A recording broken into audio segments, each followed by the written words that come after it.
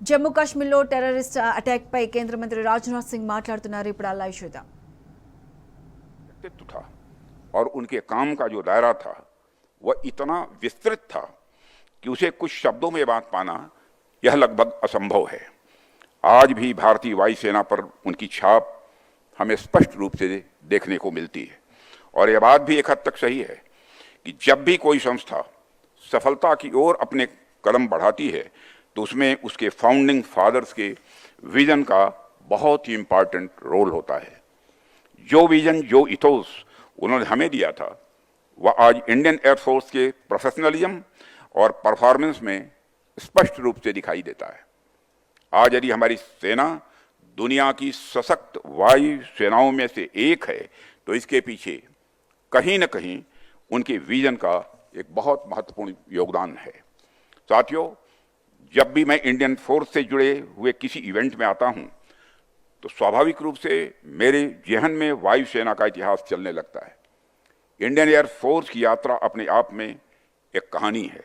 कहानी नहीं बल्कि मैं कहूंगा कि यह इपिक है, एक एस्पायरिंग इपिक, एक इंस्पिरेशनल इपिक और एक ट्रांसफॉर्मेशनल इपिक, जो सिर्फ आसमान में उड़ान भरने की नहीं बल्कि राष्ट्र की सुरक्षा के सपनों को हकीकत में बदलने की यह एक गाथा है।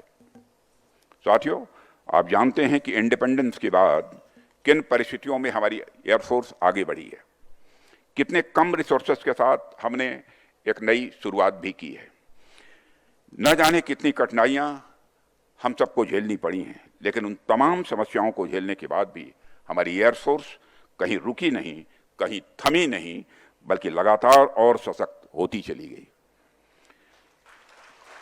इसमें नए नए मजबूत विंग्स जुड़ते गए। 1965 की जंग हो या 1975 की जंग हो, गोवा लिबरेशन ऑपरेशन या फिर 1999 की कारगिल वार हो, ऐसे अनेक मौके आए हैं जहां इंडियन फोर्स एक डिसाइसिव फैक्टर के रूप में उभरी है।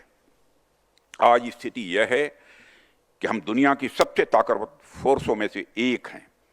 आज हमारी एयरफोर्स बेहद मजबूती के साथ हमारे नेशनल सिक्योरिटी के लिए एक स्ट्रांग पिलर के रूप में काम कर रही है।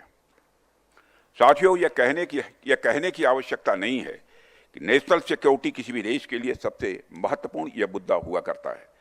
कोई भी राष्ट्र तभी विकास कर पाता है जब उसकी सीमाएं सुरक्षित हों और जब वह आंतरिक रूप से सिक्योर हो। और मुझे इस बात की प्रसन्नता है कि नेशनल सिक्योरिटी को इन्हांस करने की दिशा में मुझे भी कुछ न कुछ अपना योगदान करने का अवसर मिला है। पहले गृह मंत्री के रूप में और अब रक्षा मंत्री के रूप में मेरा प्रयास रहा है कि भारत की सुरक्षा व्यवस्था को लगातार सुदृढ़ रखा जाए। यह विषय हमेशा मेरे मन के करीब रहा है। अपने इस प्रयास के दौरान मेरी अपनी एक समझ बनी कि नेशनल सिक्योरिटी को लेकर मेरा खुद का एक अलग विजन बना है और अपनी उस समझ और विजन के आधार पर मैंने बहुत सी बातें सीखी भी हैं यहाँ आकर 11 वर्षों के अंदर। और अब उन्हीं को आधार बनाकर मैं अपनी तरफ से कुछ बातें आपके सामने भी यहाँ रखना चाहूँगा। आज कंटेम्प्रेरी वर्ल्ड में हो रहे दो प्रमुख चेंजेज पर मैं आपसे खास बातचीत करना चाहूँगा। इन दोनों चेंजेज ने आज विश्व को एक ऐसे डायनेमिक और अनसर्टेन दौर में लाकर खड़ा कर दिया है जो पहले कभी नहीं था। पहला मुद्दा है कि दुनिया भर में जियो पॉलिटिक्स और जियो स्ट्रेटजिक రైట్, జమ్మూ కాశ్మీర్లో టెర్రర్ అటాక్ పై కొన్ని కీలక నిర్ణయాలు తీసుకుంటున్నట్లు కేంద్ర మంత్రి రాజ్నాథ్ సింగ్ వెల్లడించారు.